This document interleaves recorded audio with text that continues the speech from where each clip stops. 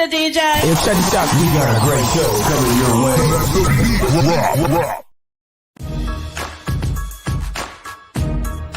From the ECSI Sports Studios, it's the Midday Market Report with Jeff Dawson.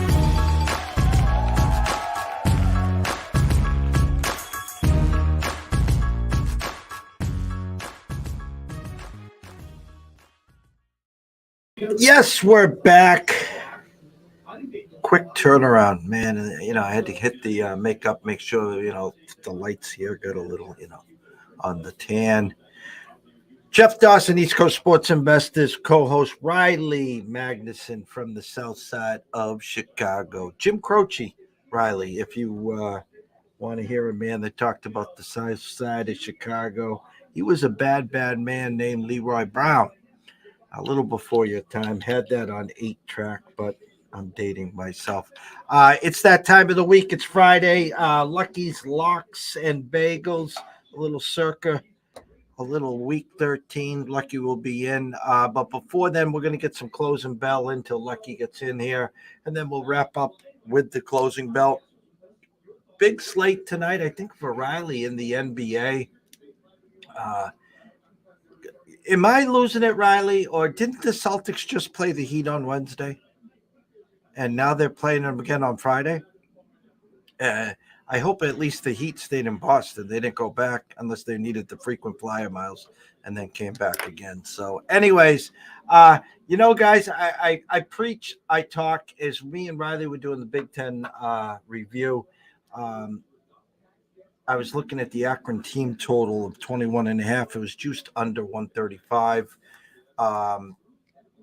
And as we were going, wrapping up our show, the Akron starting quarterback was out. Line goes to 12.5, 13. Team total stays the same. I left it on the desk. And then the comical thing is the first flash I saw was Akron 16-0. And I'm like, are you bleeping kidding me? And then the whole time after, I'm just rooting for it. Don't you dare score again. Don't dare again. They get to 22-17 now late in the fourth. It is what it is. When you're on a 15-1 heater, you don't have to run to the window. It was on the desk. I did talk to it about Riley, but it is what it is. So without further ado, let's bring him in. Our co-host, the one and only Mr. Riley Magnuson. What is up, sir?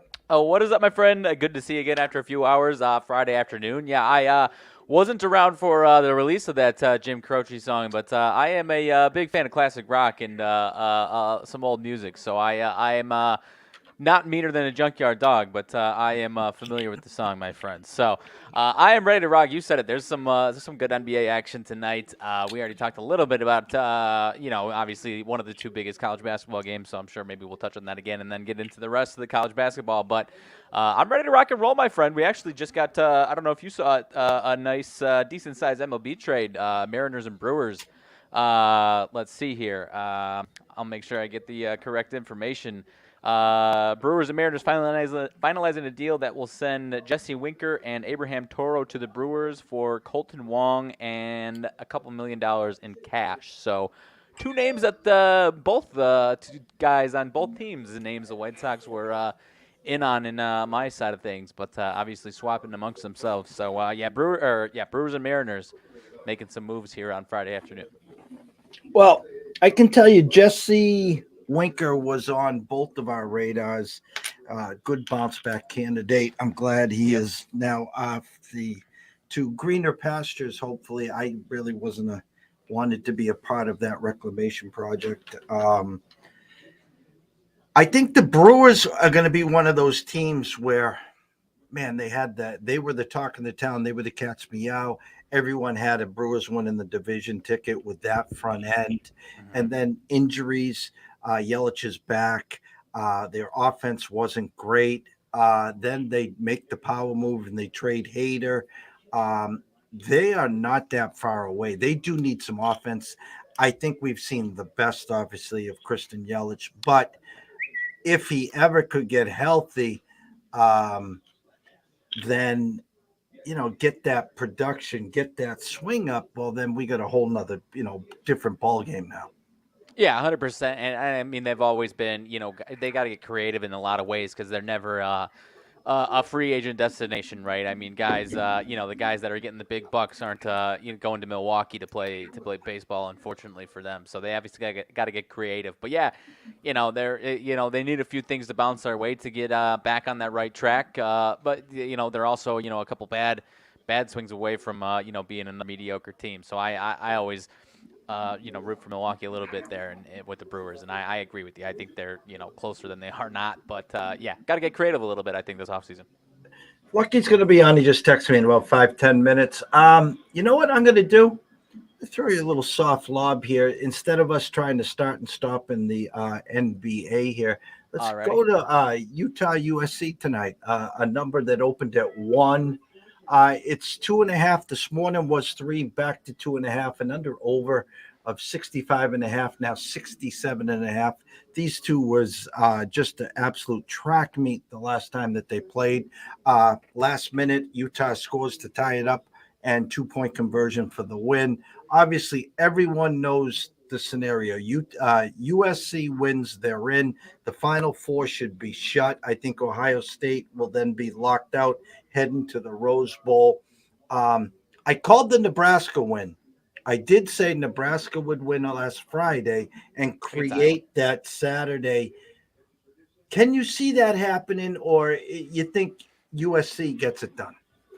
I can absolutely see it happening. I mean, not only you got the one, I typically hesitate to, teams that are this close to win both matchups if they meet. But, going back to last year, this offense, Utah's offense against USC's defense, obviously last year, a little bit of a different story, but I think 40-point games a couple times in a row. And I hate to always bring up fade the public because I don't condone betting on that every single day of the week and every single game by any means. But we talk about Friday action and what that brings. And in a situation like this where you got a 2.5 that hasn't really – if it would have gone up to 3.5 more strongly and consistently, I'd respect USC a little bit more. But I think Utah's got a great shot of winning this game, putting up a good amount of points.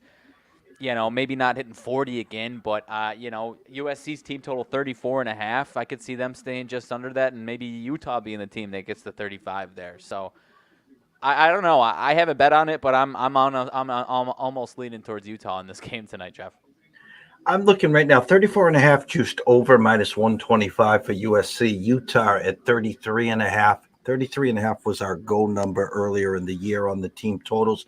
I mean, if you look at this, and then as I was talking to Andrew at length before we started this show, we were breaking down a hockey game with a 5.5 under over, where I think the value is the Islanders plus 110 to get to 4 or better. And so that's like a suicide mission. If the game goes under 5.5 and the Islanders get to 4, well, I mean, that's the square peg in the round hole. So if you were going to take USC team total over 34.5 or Utah's team total at 33.5, basic math tells me that's 68 points, and the under over right now is only 67. So yeah, I think one team gets there, one doesn't. My head right now, the way I read this board,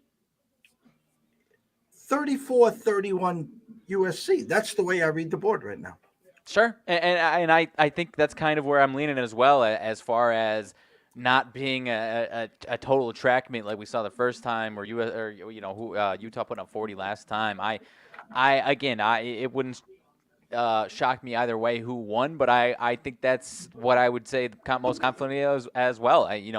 I don't know that these teams are getting past 35 that simply, and if they do, it's one team getting 35-40 and the other one's sticking down to 20, 21, 27, something like that. So no, I'm with you. I'm not saying I'm jumping into the under, but if I'm doing anything, finding some type of entertainment, I'm entertaining either side here, and definitely not going total track meet 70, 80 points or anything like that. It's going to be interesting. It's 8 o'clock. It's a good spot of the night. It's going to finish around 11, give or take some time there. It'll be interesting if USC does win, how the morale is on social media and Ohio State Nation outside looking in. Then obviously they start rooting against, I guess, TCU if they think, I guess I'll ask you this. Do you think, would you feel comfortable going to the window with a Utah and a Kansas State ticket, or would you rather feel more comfortable with a USC and a TCU ticket? I'd almost, and I've kicked the tires on it, almost at a point where I'm considering taking a little similar sprinkle. And now the K-State money line's shrinking a little bit, but putting a little something on each of their money lines, expecting on the plus money and expecting maybe one of them to get it done. And if one of them wins, then I've got a profit. Obviously, it's not a huge profit if only one of them wins at whatever it is, plus 110, plus 125, 130, whatever it is. But I do kind of expect at least one of these underdog teams to win here with the way that things are leading right now. So I don't know what the best strategy is if what I said is the way to do it, or anything else there. But I almost do expect at least one of these teams to pull an upset off here tonight and tomorrow. Before I go to Mr. Lucky, can you pull up, or is it too early? Do you have a first half spread on the TCU Kansas State game? I'd almost be, I would almost say K-State would be -1 for some reason. It's -0.5 for TCU. So -0.5, 106, plus a half for K-State, and then the money line is -125 for TCU, plus 105 for K-State. Do you have an over/under right now for that? 29.5, 30.5, a little differing there. So they're basically saying, in a nutshell, 14-14, or someone gets to 17-14 and gets to that 30-31. Yeah, 17-13 or something like that. Yeah. Okay. All right, let's bring him in. He's running out of weeks here. I think we're at week 13. He's got a handful left. Already talks and rumblings in the bullpen that he'd be interested to come talk baseball with us this year, potentially on Fridays. I might have to call my buddy Earl Weaver and a few of those other guys, Tommy Lasorda, Lou Pinella, and we might have to have a powwow and see if we can bring him into the baseball club as well. But without further ado, let's bring in Senor Mr. Lucky. Afternoon. Happy Friday. How are you? I'm good. How you guys both doing today? You recovering from the Matt Patricia game script? Mr. Lucky, I know you watch our shows. I think there was someone in this panel right here that was pretty adamant what was going to happen last night. It wasn't me. Yeah, I know.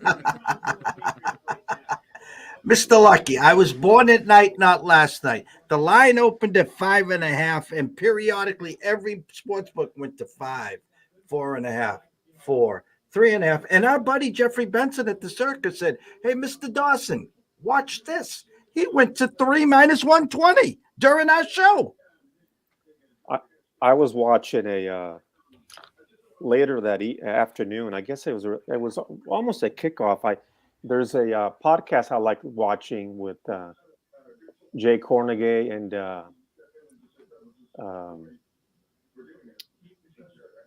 Westgate folks. John Murray. Yeah, Mr. John Murray. And they had mentioned that a guy had put in 25K on the Patriots in the morning, and they had some liability on the Patriots. No, definitely, Jeff. I mean, that's the old Ricky Roma. That was the old Ricky Roma special. What, opened at 5, 5.5. You've got the Bills' third road game in 12 days. Yada, yada, yada. Good old Mr. Lucky got caught with the banana in the tailpipe. I'm done taking the Bills on prime time. I'm done taking going against Josh Allen on prime time. I'm 0 for 2 in 2022. I'm done. The minute Jeff, you saw, I know that you mentioned on the show, when you saw that thing going down to 4, 3.5, 3, it's the old Ricky Roma line, right? The public's going one way, you go the other. And bingo. The thing that disappointed me, and we'll get to the CIRCA here, what disappointed me more than anything was the fact that the Patriots jump ahead on a quick hitter. The guy looked like Tyreek Hill 2.0, and they didn't go to him the rest of the game. He's a defensive guy. He's not even a wide receiver. But it's like Nothing irritates me more. And again, I put a little money on it. It's fine. It was for fun. I hate Thursday night games, and I don't really care much for the prime time stuff. But nothing irritates me more. It's like coaching malpractice. How can you have a 3rd and 10 and run an 8-yard route? He did that back to back to back. It's to quote you, Jeff, it's comical what these coaches do. I mean, they don't even stretch the field. I get it. They don't have anybody. They don't have a Randy Moss they can call at halftime. But if you've got a 3rd and 10, you've got to run an 11, 15-yard route. My God. And just before the half, the whole game changed. If they take advantage of that turnover, they're still only down 17-7. Obviously, you expect to score there. Bill wasn't thinking. They used a horrible timeout. Even Al Michaels mentioned on the cast. Bingo, hits the crossbar. Thanks for playing, as Jeff would say. It's all she wrote. Bill's dominated the game. We get it. But yeah, move on. Bill. What's irritating me the most, and I talked to some colleagues today about it. They thought I was crazy, but listen, my eyes don't lie to me. I saw Frankie Zappa out there a couple times, and as soon as he gets out there, it's the next coming to Dan Fouts. He's throwing 30, 40-yard bombs. They're throwing 25, 30-yard slants across the middle. It's a playbook that Mac Jones hasn't seen for a half, never mind a quarter or even a drive. Everything's dink, dunk, so safe. Hey, all his outs are thrown to the sideline. Why? Because if they're incomplete, they're going to go out of bounds, and he's not going to turn the ball over. I mean, Stevenson, he should have been running with the ball in one hand and an oxygen tank in the other. The guy was about to die at one point, I thought. And I said they got a vendetta against Mac. He was pissed off at in the offseason because they brought in Larry Moe and Curley for offensive coordinator, defensive coordinator, no quarterback coach. This is the second year he's supposed to make the leap. And now he just lost it yesterday, and I applauded him for it. F-bomb about the running game. F-bomb, why aren't we passing? And there was one spot in the fourth quarter. They're down 17. There was about 6 minutes to go. They were on their own 38. And he looked at him like, all right, it's 4th and 7. Let's go for it. And they brought the punting unit out, and that's when he lost it because they're not giving him an opportunity to win. They're letting him play, not to lose. And there's a big difference, especially in the NFL. Yeah, I think they're done, right, Jeff?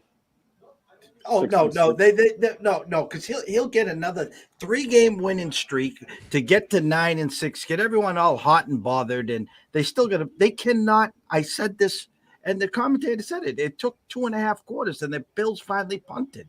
I mean, they hadn't punted in the last 2 games against them. They cannot compete with the Bills. They don't have the firepower. They don't have the arsenal. They got lucky on that Monday night game in Buffalo, 50-mile-an-hour winds. They only passed the ball 3 times. They just can't compete with them. And unfortunately, as TJ says, Miami to win the division, Mr. Lucky.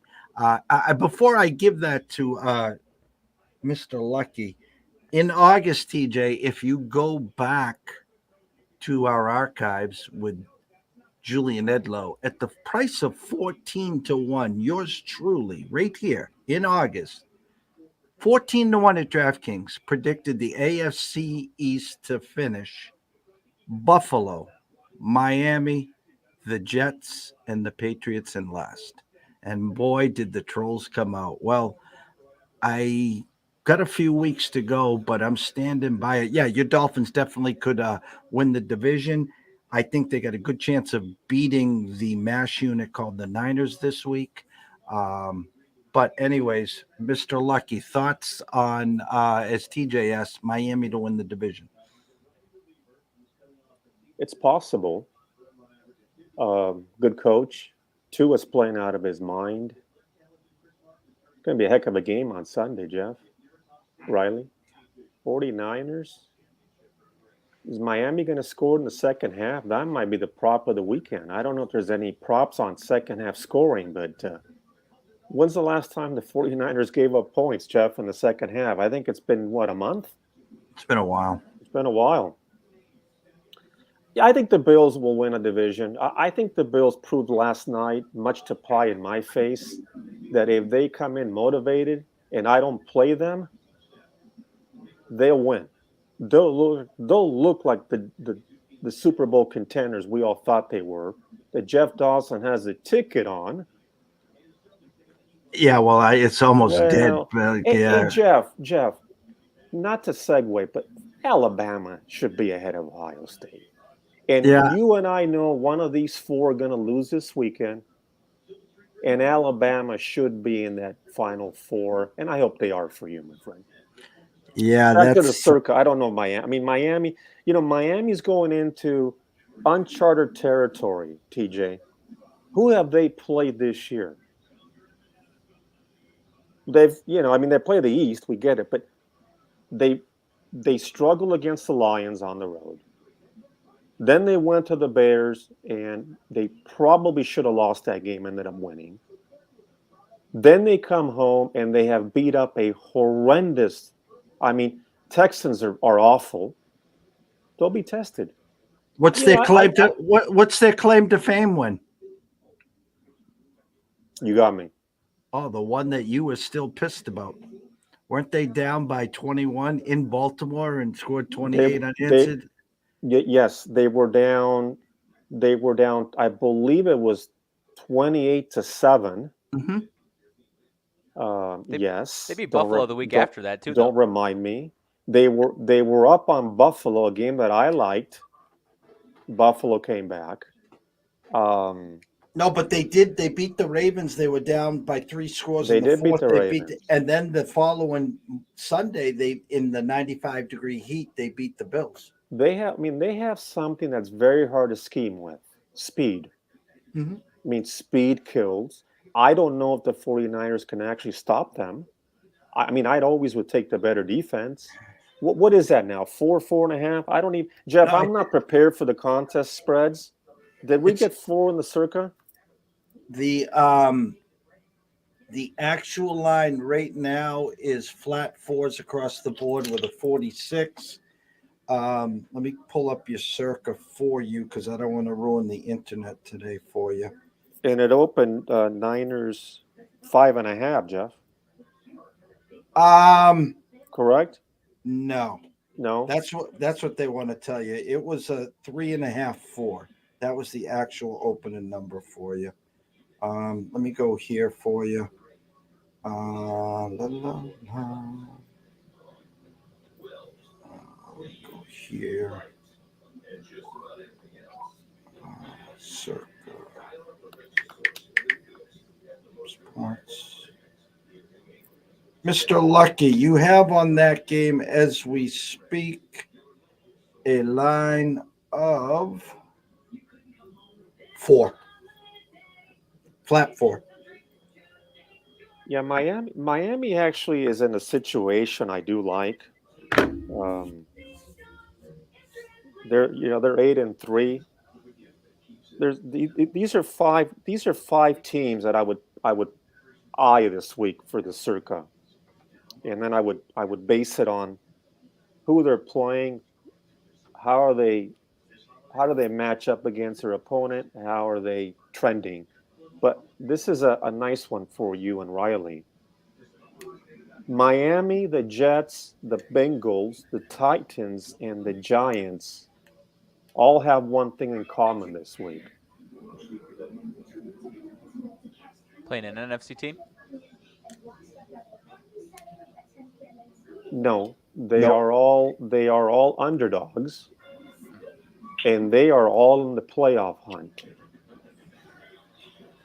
So, as I look at the CIRCA, and I try and look for value, if I went down every game, I'll give you a quick synopsis here, and then we can.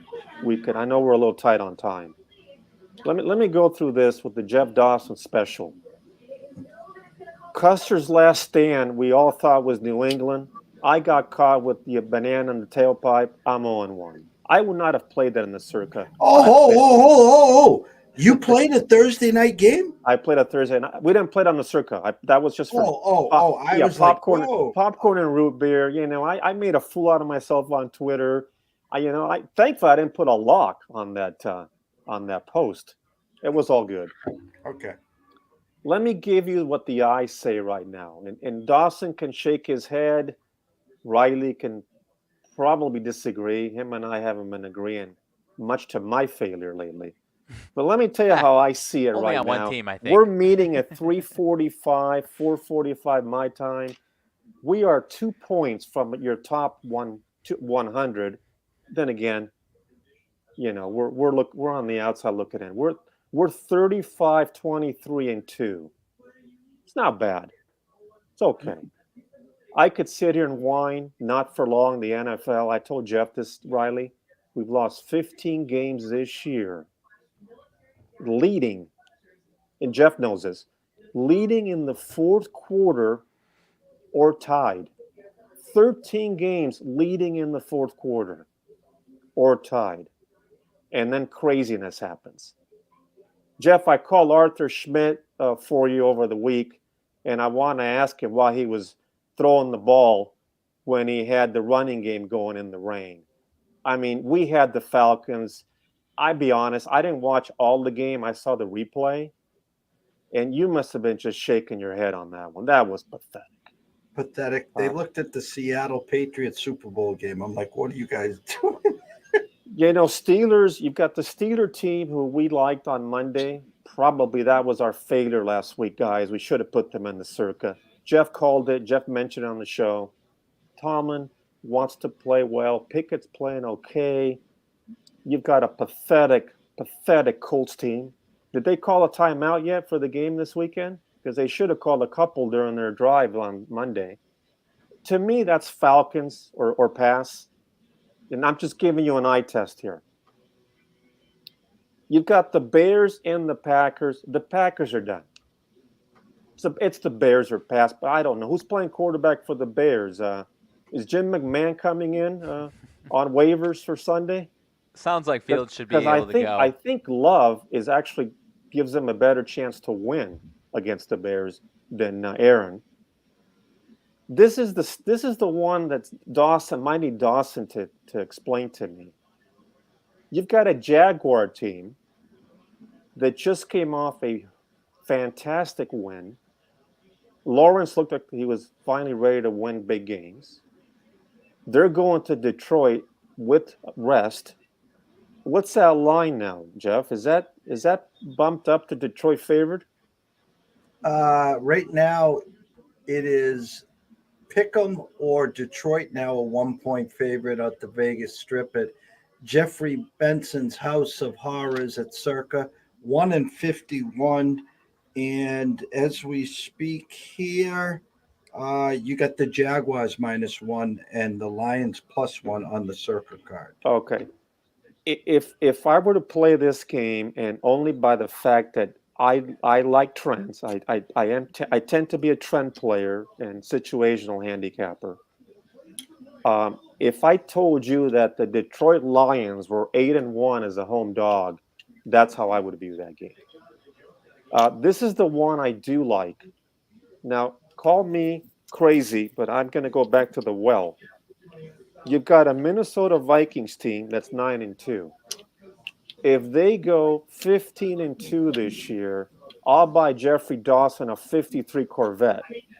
That team, what's their DVOA numbers? Not good. What's their point differential? Not good. You've got Sauce coming in to play Mr. Jefferson. That's actually going to be a good game, Jeff Riley.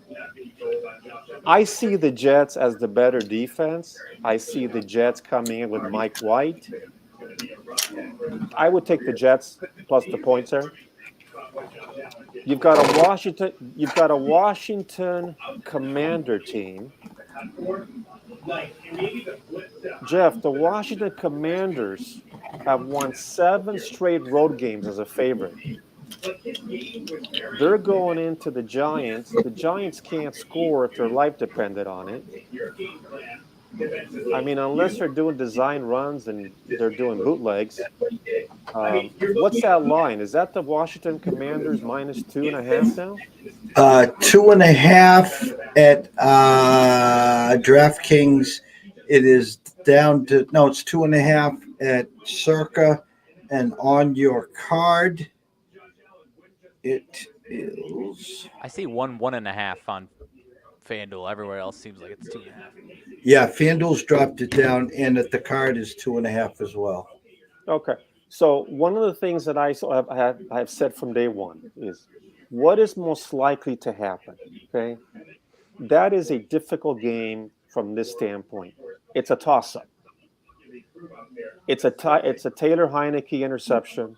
It's a red zone miscue by one of these teams. That has 17-13 written all over it. I would take the under. And you know, Jeff, that me in totals, I've got a 1-1 record this year on a total, and I'll probably play one or two more games this year. I would play that game under if I had to play a total this week. And I would also tell you, I think the Giants beat them. I think that is an upset special. You've got one of the better games of the weekend, Riley and Jeff. You've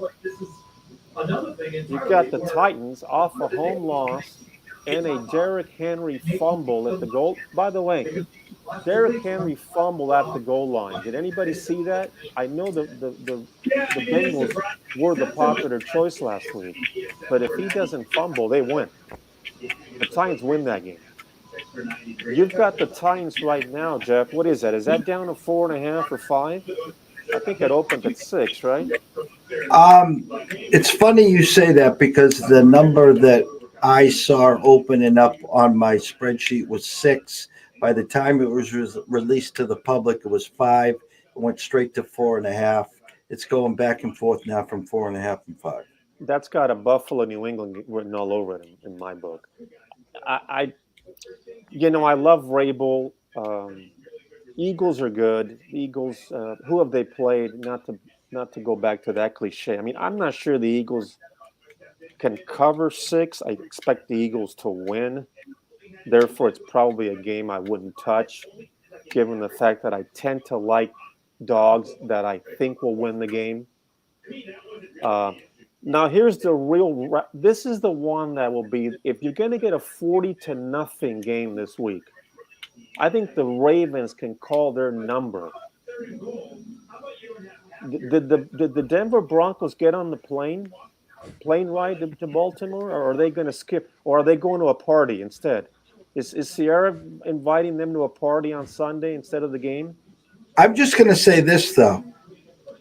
As bad as Russell Wilson has played all season, Lamar Jackson the last month to 6 weeks has been putrid. Terrible. And they've been awful too, Jeff. I mean, they have, Jeff, Riley, what have they blown? 9 leads this year, up by 10? Mm-hmm. What do you think, Riley? You like the Ravens there? Is that a blowout? I was going to ask you guys what your thoughts, because I could see this Broncos offense finding a nice day here at some point. What I was going to ask you guys, at 3-8, their defense is what's been keeping them in games.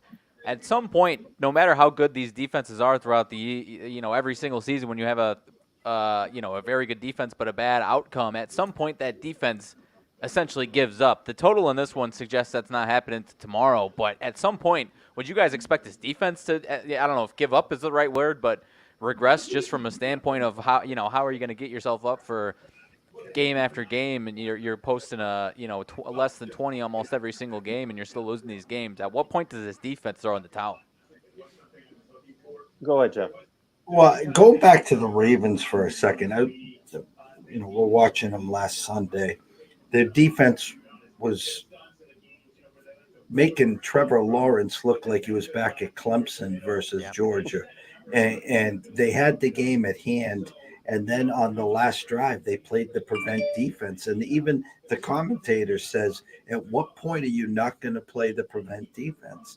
And sure enough, they got him in position. They made a great 4th down play, and then they get the touchdown. I knew Peterson would go for 2. They get the 2-point conversion. 2 plays later, Tucker's lining up from 67, and he almost hit that. But the defense played their ass off. At some point, you got to grab Lamar Jackson, say, Lamar, what the hell's going on here? Yeah, exactly, Jeff. And the problem the Ravens are having, it's just been a bugaboo all year. Their red zone. They were 2 out of 5 last week in the red zone. There's a little stat for the viewers. Everybody see this? It's a little cheat sheet I use. Amongst the many things I do during the week, I write a little chart to myself how teams do in the red zone the week prior, because that also tells me how they are playing offensively. Are they efficient? Are they in sync? Are they synchronized? The Baltimore Ravens were 2 out of 5 in the red zone. If the Baltimore Ravens go into the red zone this week 4 times and they score 2, you're going to need 10 to 15 points from the Broncos to cover, in my opinion. Can the Broncos score 13 to 17 points? That's the question there, Riley. I think Denver has mailed it in. I think there's 3 teams that have completely mailed it in this year. One of them is about 20 miles north of me. I'm not sure they're going to even show up to the stadium on Sunday. I think Denver's mailed it in, and I believe, Jeff, the Texans have mailed it in. They want the number 1 pick. So the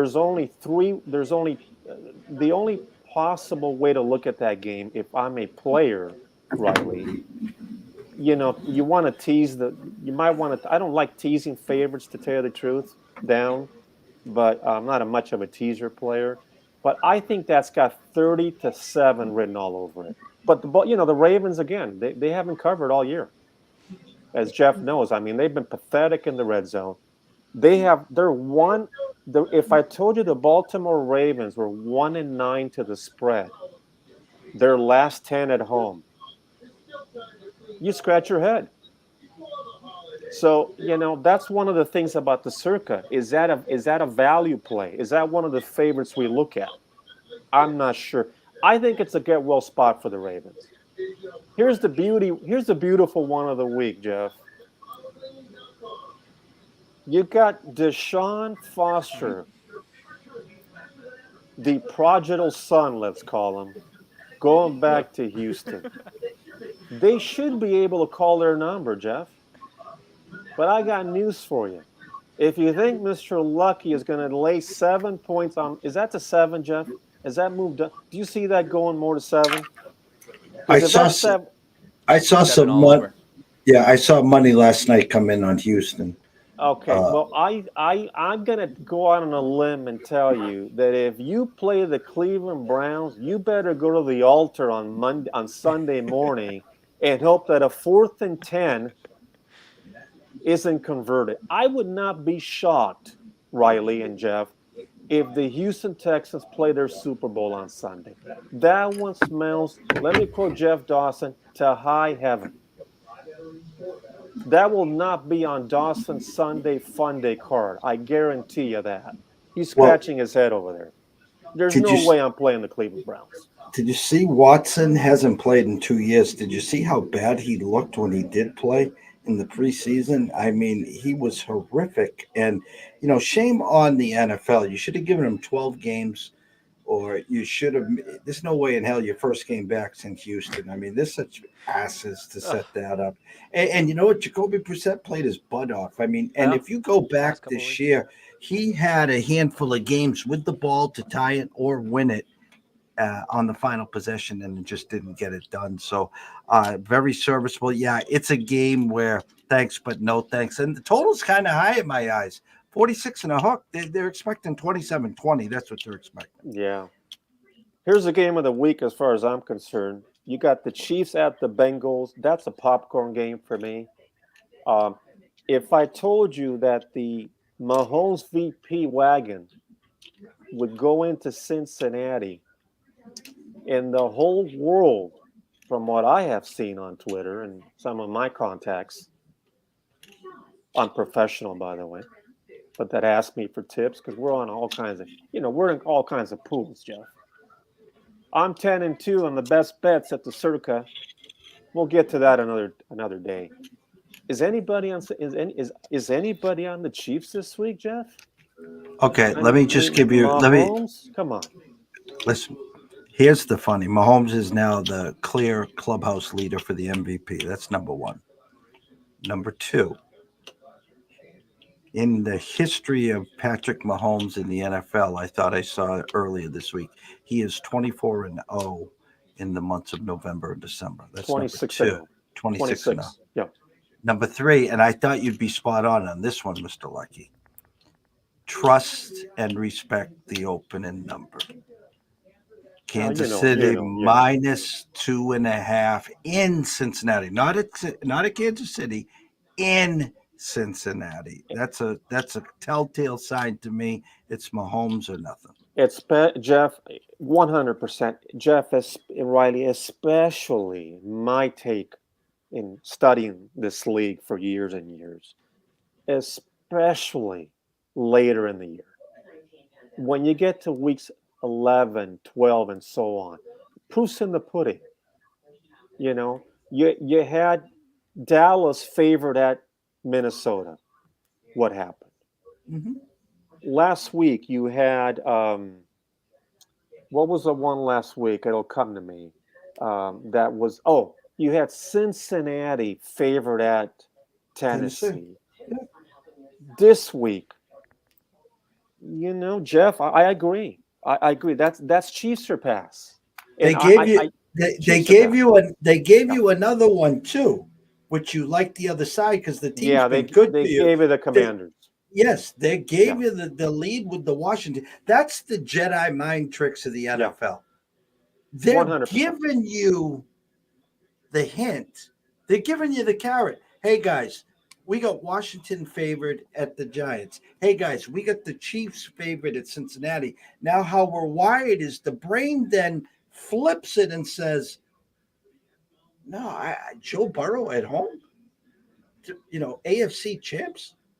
Road dogs? I mean, home favorites?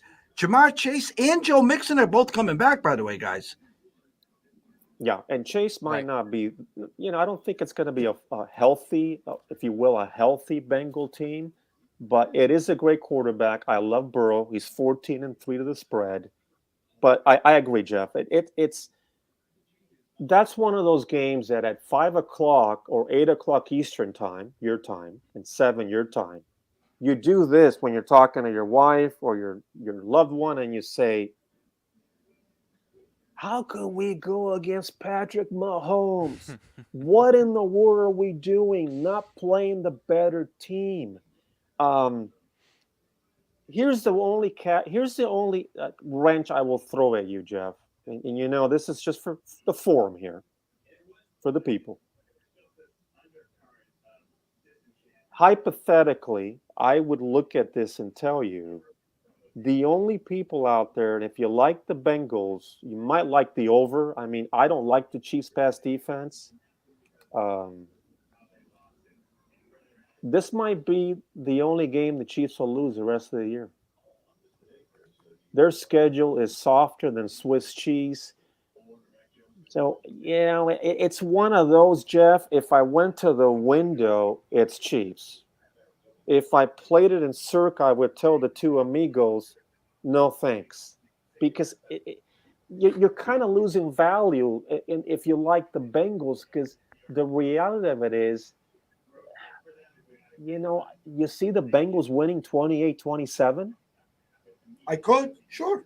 Yeah. But I don't like my odds there. I would have liked them more, and Vegas would not have done this to you or I.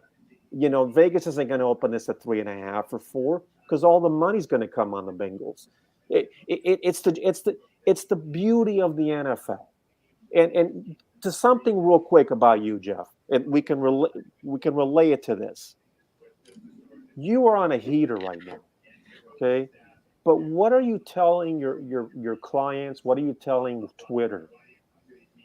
You're on a heater because you're being selective. You're on a heater because you're not playing 89 games tomorrow or today. You're on a heater because you're not greedy. And that's how you win in the NFL. And I'm not here to brag. I'm not here to mention why I enjoy the NFL. But I will tell you this. My success is because I limit my plays. Now, sure, I played popcorn and pizza money last night, but that wasn't 5 units. That wasn't 10 units, depending on your bankroll. You guys understand that. But this is a game you don't have to play it.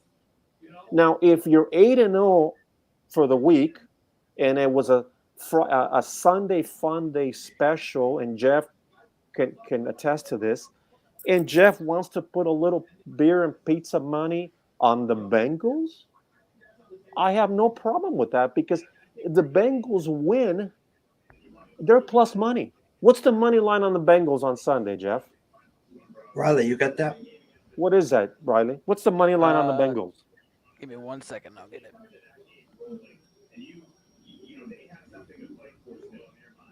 Nah, shoot. It's going to take me a second, but I think it's 115. I'll double check in a second. So there's a little plus money. So here's what I will tell you, okay?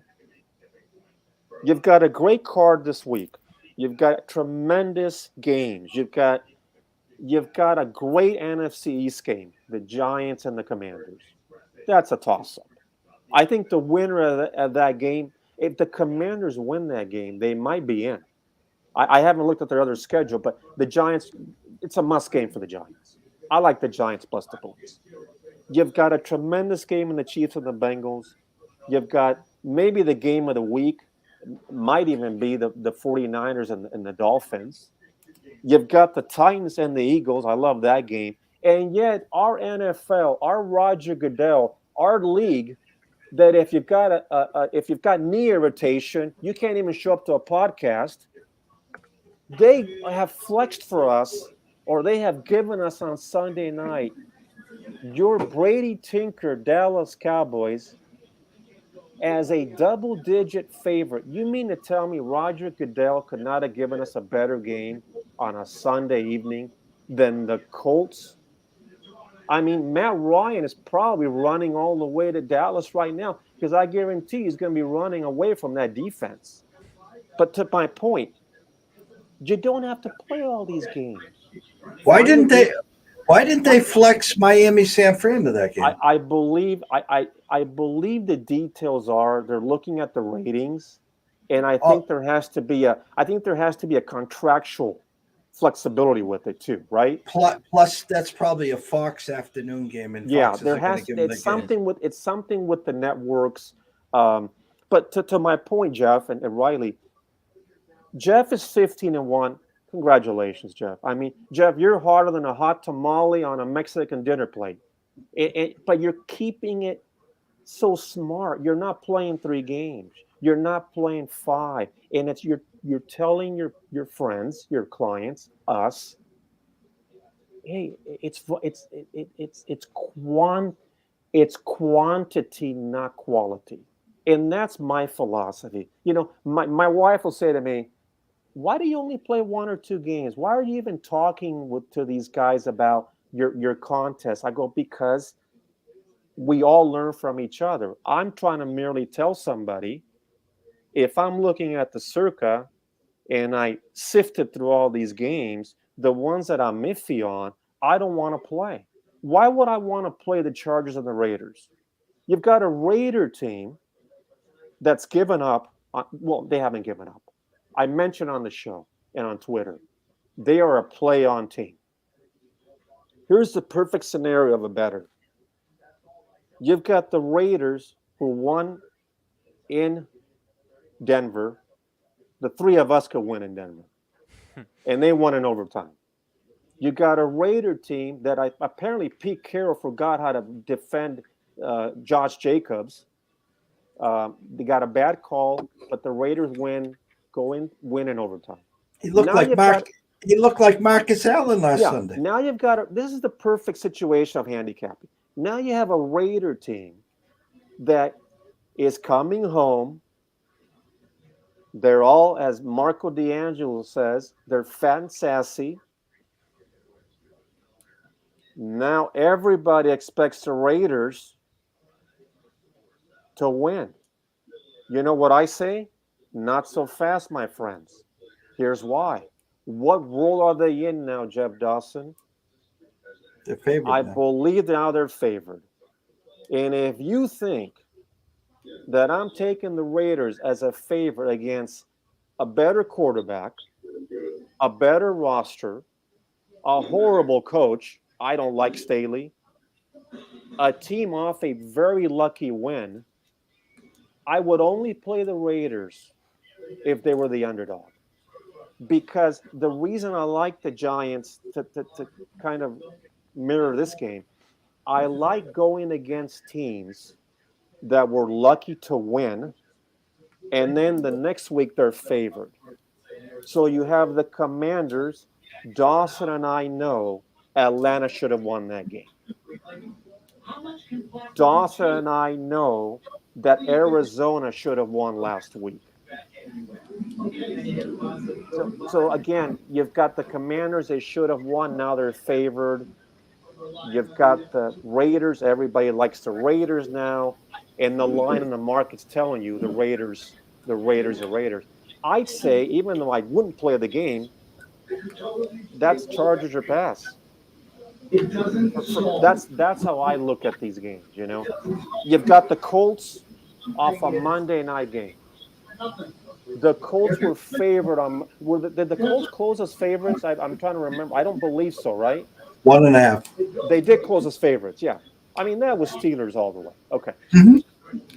Now you have the Colts going to Dallas. Who does Dallas have next week?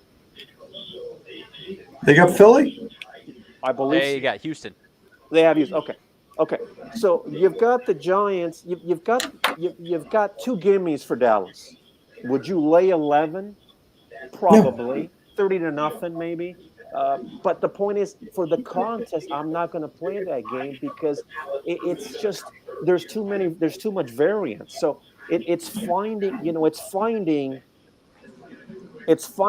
the 5 games. It's finding the 2 or 3 you like for your pocketbook, because we're not going to go out there on Sunday and bet 9 games.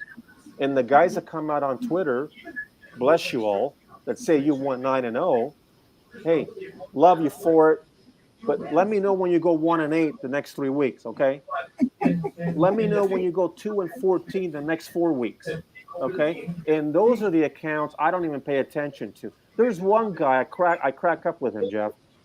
I'll see him once every 5 weeks, and then he'll put the game he wins and he'll put the dollar sign. And then if you look at his timeline, you'll never see him again till Alabama's hosting the Peach Bowl on January 7th. Yeah, it's comical. I mean, it's sort of like my wife says to me, "Why do you get all bent out of shape when you see these things on?" I go, "Because it's like they're baiting. Are people this stupid? Be like Jeff Dawson. This guy doesn't even. I'm promoting Jeff Dawson on Twitter. He doesn't even let anybody know he's 15. My God, if this guy was 15-1, he'd be on ESPN tomorrow." And now from your East CSI studio, here's Jeff Dawson. It's just it cracks me up. Real quick, and I'll let you go. The funny thing is, this is hats off to a good friend, the Bear, Chris Fallica. Last night came out. He will be leaving ESPN and going to Fox and doing some sports wagering content there. And I know Chris. We know him as the Bear and what he does on game day, but his claim to fame, his strength is horse racing, and he loves college football. And I guess he does. I was talking to Dave Sharapin last night. He does very well in soccer. So I'm just throwing my hat out to game day. I'm not. Let's just say this. I could sit outside like the Bear, and we could, instead of the claw, we could do the Cape Cod hook if you needed 3 plays every Saturday. I'd probably work for a lot less than Chris. And so you can email me at eastcoastsportsinvestors@gmail.com. And I'd say my agent would reach out to you at that point. I don't have one, so I am the agent. You can call me Lamar if you want, and we can go from there. So, Lucky, close it up. Yeah, and what we're talking about here, Jeff, and even while I love this forum, there's many ways to tackle the game. There's many ways to dissect each game, whether it's trends, whether it's your metrics, whether it's your coaching, whether it's looking at statistics. At the end of the day, I know that if I looked at 10 games on Sunday, and if I sifted 3 or 4 only, I'll make money on one of those games. I'll make money on 2 of those games. I'll leave you with this, okay? You've got Miami. You've got, and what I wrote this down because I want to highlight it for everybody, kind of how I look at this. You've got Miami, you've got the Jets, you've got the Bengals, you've got the Titans, and you have the Giants. Look at the standings sometimes when you look at how you want to gamble in the NFL, because the standings will tell you a lot. How teams are trending will tell you a lot. What are your eyes seeing with Denver? What are your eyes seeing with the Rams? I mean, Seattle should beat the Rams 43-20. Everybody and their grandmother will be on the under. There'll be 6 games this week. Kelly in Vegas, who we love, she mentioned on Twitter that there's 4 or 5 games this week that are division games, and how they're trending under. She's absolutely right. She's 100% right. But I guarantee you, I will let Twitter know, for the purpose of being a good Samaritan, I will not wager any of those games on the total. Because if I go under in all those 5 games, they will all go over, and you can thank me later. They'll all go over. I mean, it is my kryptonite totals. Okay? But to my point, Miami, the Jets, Bengals, Titans, and Giants. I circle those games because I know that those 5 underdogs, some of them will cover. Because that's just how the ball rolls. That's just how the ball rolls with the NFL. You will have 1 or 2 really good teams that need the games, and they will come to play. It's finding those other ones, if you want to do a contest. That's what I'm learning, Jeff. It's trusting your instincts and trusting your process, and don't be afraid of going back to the well. If a team is good to you, stay with them. If they're bad to you, put them on the desk, put them on the shelf. And that's sort of the challenge for me has been that.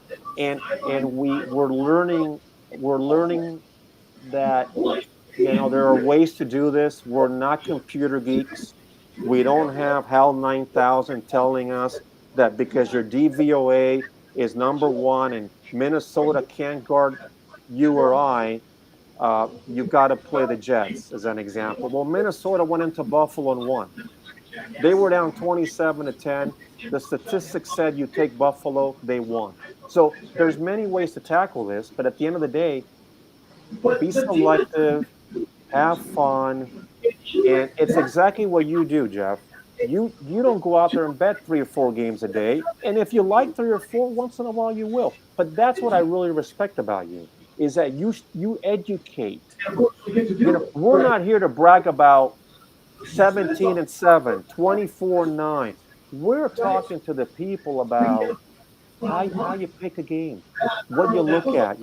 You've got the Chargers and the Raiders. Yeah, the Raiders. Okay, but what did the Raiders just do? What's the public seeing? What's the perception? Who's playing better? Where do the Chargers play next? You know who the Chargers have next week? They've got the Dolphins. Now, I'm going to tell you right now, Jeff Dawson and Riley Magnuson, they will not beat the Dolphins. You can write it down at 5:12 in the afternoon, Cape Cod time. They will not beat the Dolphins here. So what makes them Sunday? More apt to win. Yet everyone is on the Raiders. So things to think about. Many, many angles. I love talking the NFL. Maybe we'll talk some baseball down the road, Jeff. Because I got news for you. The Dodgers ain't going to win the West next year. And Jose Abreu is an Astro, Riley. Oh, my God. Mr. Luck, Riley, thank you. Thank you. Have a great weekend. We'll be in touch throughout the week, my brother. Okay, Jeff, good luck. Riley, good luck on your plays. You guys have a great one. Thanks for the invite. Oh, always. Okay, bye. Take care. The one and only Mr. Lucky. You can follow him at Follow Fade. Always a hoot, always a pleasure to talk NFL circa with him on a Friday afternoon. Now, as I would say close up as we're exactly 1 hour in, but we're just kind of sort of warming up, people. So go grab another one. I'm out of coffee. I got some Diet Pepsi. Just this is my 1, 2, 3, 4th show today in between 2 conference calls. So I thought you were going to say 4th cup of coffee. Oh no, I've had about 6 or 7. So with that, Riley, take over the NBA. NBA board. Yeah, you know what? It is Friday, our potentially Fade the Public Friday, like we do in the NBA so often. There are a few to mention to maybe pump the brakes on if you were interested in the other side. First one up, I think it started 6 my time, 7 your time. Let me just refresh my stuff here to make sure I'm getting up-to-date info. Charlotte and Washington, 4-point spread here for the Hornets at home. You know what? It is a very public side for Washington right now. I am seeing about 80% of bets and money on the Wizards, and this one appears to be a pretty a low number of what you would expect. Charlotte 2-1 their last 3 games. Just obviously got the pants beat off them against the Celtics, but so is everybody else that's going into the Boston Garden these days. So, but the Wizards are not playing very well right now. At the very least, I see 1-4 in their last 5 games. So I would not be surprised if this is a good night for the Hornets at home here.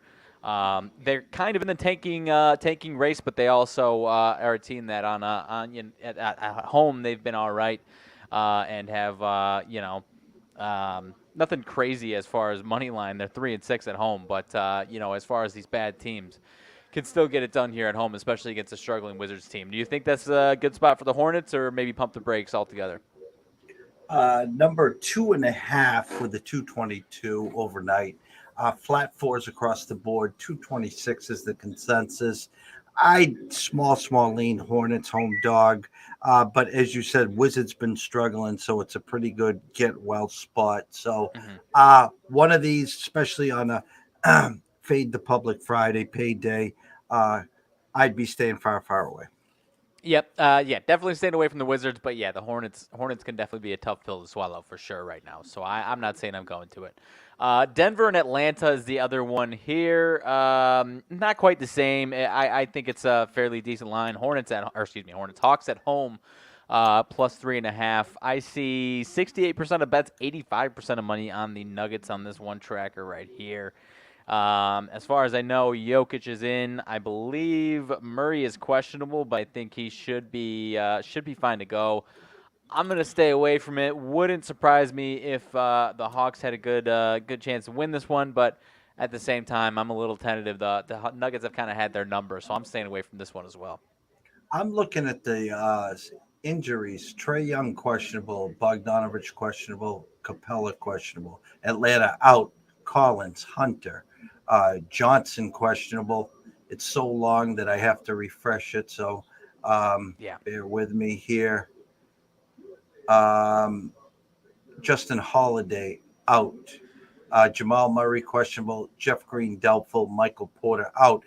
I'm just going to say that's an eye opener to me. That number screams to me that Trae Young isn't playing. I mean, because we've seen this Atlanta team short favorites at home versus better, good quality opponents. That number screams to me that he's not playing.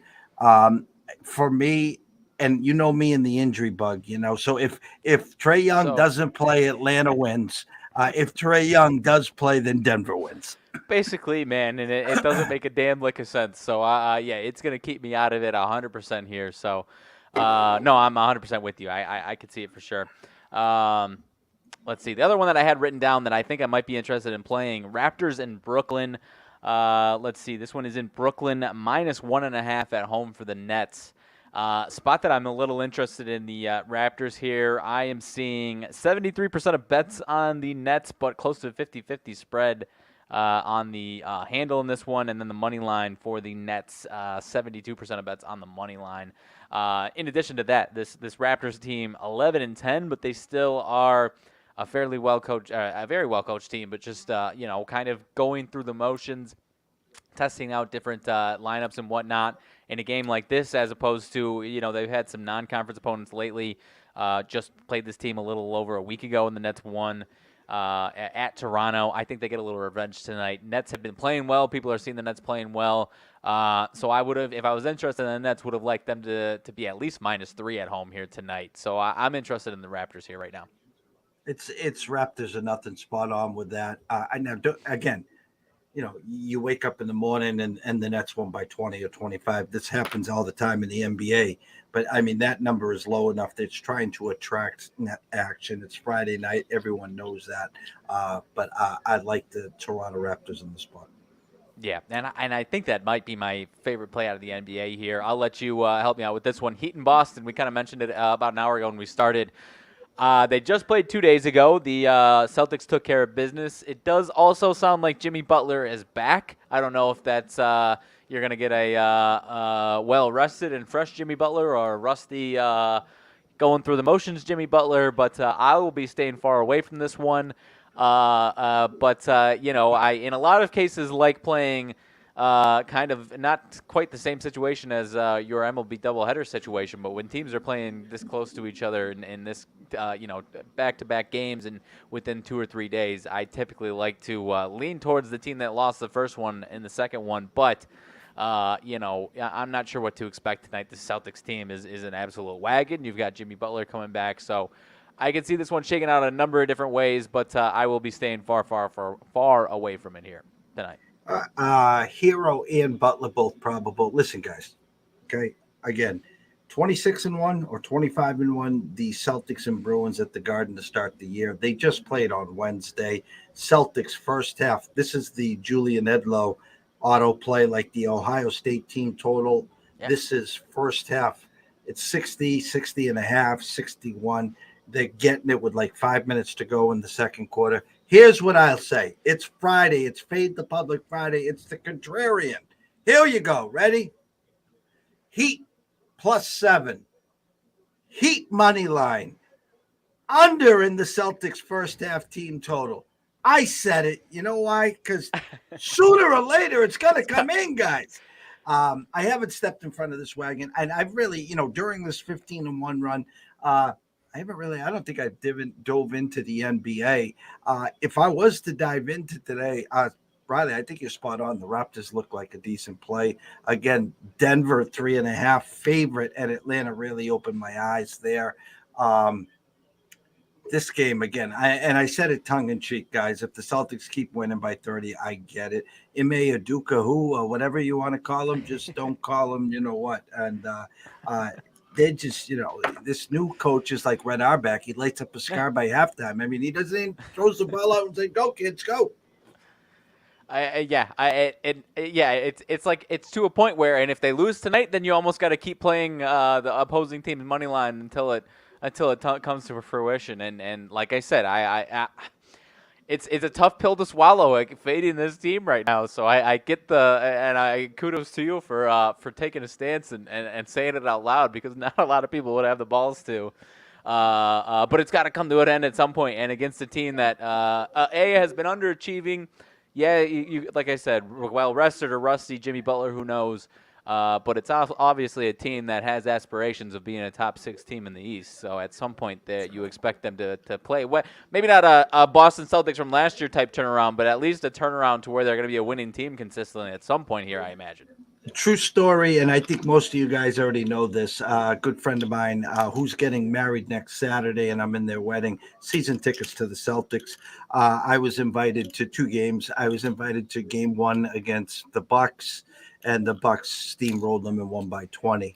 I was invited to game 3, which was basically the first game at the Garden against the Heat, and the Heat steamrolled them. So, okay, he asked me to go to one of the Golden State games. I says, I will not be that guy anymore. I am not stepping foot into that garden. I will not be Marty the Mush anymore. So I did see the Heat in the playoffs beat the Celtics high above courtside, but I will be low above courtside in the office getting ready for Saturday with a couple games on, but I will be cheering real loud and proud for the Heat tonight. There you go. Let's see. The other one that I was interested in, but I've stayed away from it. A lot of these types of dogs have been real wishy-washy lately. Not as much success as I had with them earlier parts of the year. Teams finally starting to regress a little bit after some early success. One that I'm still interested in, though, Pelicans and Spurs. 7.5 here for the Spurs at home. The Spurs team, I've mentioned them. They've been real scrappy. They've got a little bit of a losing streak going on right here. I've played the Lakers 3 out of the last 5 games and lost all of those games. So it is a weird spot here. But I would have liked to see at least 9.5 point spread for the Pelicans if they were really going to put the hammer down and take care of business big here. The Spurs team can still score. They've got scorers, but and I'm tentative. A lot of these underdogs, these bad teams, have been starting to actually show their true colors, so that's kind of keeping me away from it altogether. Thought it was a little low than it probably should be, though, in this one, Pelicans and Spurs here, and it's pretty public side to the Pelicans. Yeah, 6.5 with the 233 last night. Sevens across the board with the 233. My first thought is this probably gets into the 240s. 120 is going to take. It's going to take the winning team to have 120 or more. Isn't the big Z back, right? I mean, is that part of this reason? Am I correct here? That's a good question. I actually, I know, I think he is back tonight. Has he? I'm not sure if he's been back for a minute, but they've been playing fine with or without him, honestly. I think he is back. I saw a highlight projected lineup, yeah. Yeah, so people are riding, Zion. They're riding the Pelicans. Right. Close game. If you needed to scratch an itch there, I'd be more apt to take the over 233. Okay, fair enough. And then a few more games. I don't know if you had thoughts on any of these other ones here. My Bulls are in Golden State tonight. The Friday Night Warriors at home. Obviously, they're starting to play a lot better. The Warriors. I don't remember what their record was, but they won 3 of their last 4, lost last time at Dallas, now back home for the Bulls, who just for whatever reason never are typically get embarrassed on ESPN. There, the TNT Bulls are a live dog. The ESPN Bulls have not been, but not saying that's going to happen. You gave me some confidence that the Bulls might be able to hang around in this one, and it's frustrating. I don't know if you and I have talked about this, and I'm obviously a rare case of White Sox, Packers, Bulls fan. There's not a lot of that trio around, but I've gotten to a point where I feel like I'm watching, dating back to April, just different sports, watching the exact same team over and over and over again with these 3 teams as far as and I told you the Bulls obviously different expectations and less frustrating than those last 2 with the expectations that I had for them, but team that can beat anybody and lose to anybody and teetering around 500, barely under 500. You beat the 2 best teams in the league and then get embarrassed by a low-level team, and then you feel like you're going to bounce back against a good team and get embarrassed. This would be the spot if I'm the trends continue of all these teams playing the same way that they would upset or hang with a really, really good team, but also wouldn't surprise me if this team, graded a little bit here again on this West Coast road trip and had a rough night. So it seems like a spot where the Bulls could hang in there, but nothing would surprise me. Obviously, the public's going to be flocking to the Warriors in this one, my friend. Yeah, we talked about this 113.5 over minus 15 cents. We talked about that, and they listened to you, and now at 115. So I still think they get over 115. I think if you wanted to scratch an itch on that game, I would play Bulls team total. Shop around. I'll humor us and say 114.5. We'll go over 114.5. Yeah, I'm with you. I released my Bulls blog. I had a little bit of a rant as far as the recent rumblings of this team going on in my Bulls blog today, so go check that out for me. But agree with the team total. I also went with Patrick Williams over 9.5. His numbers haven't really a little bit down shooting night the last couple nights. I think he could bounce back positively, and his role's just been a little better. And people are talking about him as if he's standing in the corner like he was to start the season. He's getting better every night. People just if you haven't been paying attention or you think he's not progressing, then you haven't really been paying attention to him. So I went on a little bit of a rant in my Bulls blog as far as the clamoring for tanking going on, which isn't as viable as people are making it sound. I mean, the Orlando Magic have our first round pick with the first 4 picks protected. So even if we do plan to do that at 4 point, if we land on 5 or 6 pick in the draft, 7 again, then that pick goes to the Magic. So the Bulls aren't going to be tanking. I'll just say that right here for you, and especially after they started the season with with 9-12 record, the Pistons and Rockets of the world are only going to get worse. So the Bulls are definitely not going to be tanking. I'll tell you that right now. I'm rooting for. Hey, listen, and by the way, Bulls, White Sox, Packers. I mean, you might as well just add the 4th sister and just take the Blackhawks, because the other 3 got to do better than those Blackhawks are right now, so they can't do any worse, right? Who's that? Well, if you added the Blackhawks to your 3 and made it yeah. a 4, I mean, listen, there was glory back in Mudville back in the day. So, that team only can go up at this point. And then the Packers, here's a true thought process is, it's like New England. Patriots Nation for 2 decades, they were spoiled rotten, you know what. Yeah. Okay. Now Tom left. He wins the Super Bowl. Now the rumblings is Tom's leaving Tampa. He's going to come back to New England, blah, blah, blah, blah, blah. I want to see how – now the Packers have already been down this once. Once Favre left, in came Rodgers. So you didn't have that – you had another star in place. Yeah. Now Jordan Love will not be received like that, but I want to see if Rodgers moves on after this year, if he retires, if he goes to Denver or wherever, San Fran, the Rams or wherever, how Packer Nation is come next fall.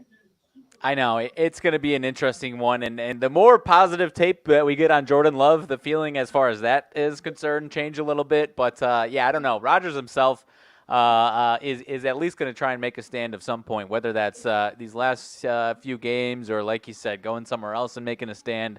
I'd be surprised if he sailed off into the sunset with this season and the way it's gone being his last. So whether that's with us or somebody else, I don't know. But I'd bet on him playing at least somewhere, whether it's with us or somebody else next year for sure there. And I've got optimism as far as these teams turning it around next year. It's just these single seasons one after another feel like I'm watching the exact same tear your hair out worthy teams over here, and it's been weird. I haven't had 3 in a row like that in my lifetime like that. At least one of them's either a dumpster fire that you don't watch, or one of them's actually got some contention to root for. But we're in a weird spot over here in the Magnuson family and their fandom. Well, it's going to be fun anyways. Hey, listen, part of it is enjoying the moment, enjoying the journey, enjoying the progress, the pitfalls, the good days and the bad days. And fan equals fanatic. And as long as we put it all in perspective, at the end of the day, it's a good day. Yep, 100%. So I don't know if you got anything else for the NBA or if you wanted to touch on the college basketball, but that's what I had for the NBA tonight. The only game that just a little, I think the numbers spot on here. Lakers at the Bucks. Looks like the Lakers will have a full supporting cast tonight, playing better of late. Now they're stepping into the Mecca. And I'm going to go on record. This is the return of Chris Middleton tonight. I think I saw and heard. So I think the Lakers find a way to cover. What do I know? 8.5 of the 220, 8.5. Now 8.5 with a 230, even a 231 in some spots. Fun game, up and down game, probably goes over the total. I assume it's a TNT game. So, stay away from those games, the big games. I talked about it with Riley yesterday. I'll say it to you right now before we just tiptoe over there for a second. The 2 big games on TV yesterday in college hoop, UConn against Oklahoma State. Line closed at 9. UConn wins by 10. and the other game was Creighton getting 6.5/7. At Texas, lands on 5. So if you can stay away from the marquee games, you are doing a great service to yourself, never mind your heart and your wallet. And speaking of that, I'm just going to go right to it, and we'll end with the marquee game in college hoop tonight. And that is on a neutral court, and that is the Zags versus Baylor. Now, ranking-wise, if I am right, Riley, ranking-wise, Baylor is ahead of the Zags right now, or vice versa? In the AP or Ken Palm? AP, it's Baylor number 6, Gonzaga number 14. And I think that's correct. And right now, as we speak, the Zags are -2.5, under over 161. I will tell everyone this. On my spreadsheet that has been hotter than Crisco oil on the ground in the equator, I had an overnight number of 164 on that game. It's down to 161. When you get a 161 with a 2-point spread, guys don't have to be math geniuses to figure this one out. Both teams got to basically get to 80. So I had this one basically at 83-81 with the Zags. So I have a 4-point value. Actually, it's 161. So it's only a 2.5, 3-point value. But as we speak, someone just bumped it to 162. They're listening.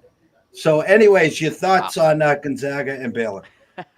Yeah, no, I could absolutely see it. The last couple of meetings you had, obviously, what is it? The championship meeting, or was it Final Four? I don't even remember. Championship. No, it's championship. Yeah. 86-70. One team gets to 86, and the other team doesn't. A couple years before that, in March, Gonzaga gets to 83. So I could see both teams getting to 80 in this one, my friend. Again, it's one that you're right. I'm not playing this one. This Peacock game. It looks like here. I don't know if this is the first Peacock game of college basketball history or not, but I don't know. If I had to lean anywhere as far as taking one of these two teams, I might be interested in Baylor in this one, but that's just gun to my head if I had to go anywhere. It's funny because on that championship Monday, I was staying far, far away from that game, and I just had an epiphany. I was like, damn it, I'm taking the Zags. Because I stay away from the Zags all year. I'm not, and I took them in the championship game. 8-0 Baylor, thanks for playing. I think they started the game 13-2 or something and never looked back. Our buddy, Mr. PB, Northeastern and Georgia Tech. You're gonna laugh at this one because overnight 128 with an 11. It's now 130 to 130.5 there. So again, when a lot of these games on the spreadsheet, the overnight number and then the adjusted number is usually 2 to 4 points risen up to the over. So my initial thought is it might sneak under there. High team total. UNLV must be playing Duke here. Brown versus Bryant, a 156. I even see it as high as a 157. So that was a comical one. Here's the corrected number of the night here, peoples. Eastern Kentucky, James Madison. Overnight number, James Madison favored by 14 with a 149.5. It is now 159.5. So there was a 10-point corrected number there. In my eyes, there's a 10-point value to the under, and even Ken Palm, I think, had that around 8 or 9 points under. I'm not running to the window there. I have it on the desk. I am eyeing that one there as well. So, but tomorrow we have a huge slate. Closing thoughts, Riley. I'll ask you one more before closing thoughts. That I had. This was one that I had circled. Random game. Still a one side. Last I checked was a very public side. East Carolina. It's changed a little bit now. Okay, East Carolina and Campbell. 4-point spread there. Was that a spot to be interested in Campbell, or was that maybe some mind games earlier on, and now it's a little stale? East Carolina Campbell 2.5 with a 133.5 overnight. Now a corrected number of 4. I would lean Campbell, and if I had to pick a side on that one. Okay, that was I was all curious. When I first saw it, it was like 90% of everything on East Carolina. Now it's a little different. I think some big money players have played Campbell, so the maybe the handle at least on this spot is skewed towards Campbell, and the public is all over East Carolina. So that one was one I was interested in mentioning there. But other than that, go ahead. Your Maryland and Illinois, and now DraftKings has moved Maryland to -2. We talked about that in the morning. Everywhere else is 1.5. At Harvard Yard tonight, UMass comes in to play Harvard. Overnight, UMass -1.5 with a 136.5. We're up to a 141 or 141.5. UMass -1.5. Amaker in Harvard, not the same Harvard that he's had in a handful of years. Actually, let me correct that. Let me make sure. Tommy Amaker's still at Harvard? I'm not. I know. I don't know about still. I mean, I'm not oblivious. Let me to who see, he is, just to make sure of that before I look like a buffoon here. I think I don't think haven't Tommy. been too tempting. I don't yeah, he is. He's still there. Okay. UMass is a favorite. They got us once this year. They'll never get me again. Ken Palm's got Harvard 70-69. They got Harvard at 174 and UMass at 129. So big difference there. I lean the books over the Minutemen. I'll just leave it there. I was going to get cute, but if I said that, there's probably a UMass alum here that will go crazy and blah, blah, blah, you know. So the Harvard Crimson Tide, probably about plus 115 on the money line tonight. Grab them plus 1.5 or 2 there. But tomorrow's board will be huge. I did get a text, Riley, and I know it is the weekend. No pressure either which way. If you are available at some point tomorrow and want to go down to college basketball with me, I'm here. I'll be at the office all day and night. You can sleep on it. If you got plans, God bless you. Please deck the halls, have some eggnog, and have some fun. Scott, won't be back till next week. I was going to say, I think this is my, and maybe even the weekend after, where I should be wide open. I had some other potential plans, and I was like, well, you know what? After this weekend, I've probably got somewhere I'm going to be, whether it's plans here or in my hometown with my parents and whatnot, that I'll have something going on. So I think I should be available for you tomorrow. All right. So no time frame, guys. We will get you set up. We're going to go through some college hoops tomorrow. And we will talk a few of the conference championship games. Yeah. By then, USA plays at 9 a.m. God bless USA and everyone getting up to watch that. So I won't mess with that game. I'll let you watch and enjoy that game. Trust me. And then we'll get back. It's probably late morning, closer to noon, somewhere around there or something. And we'll just go.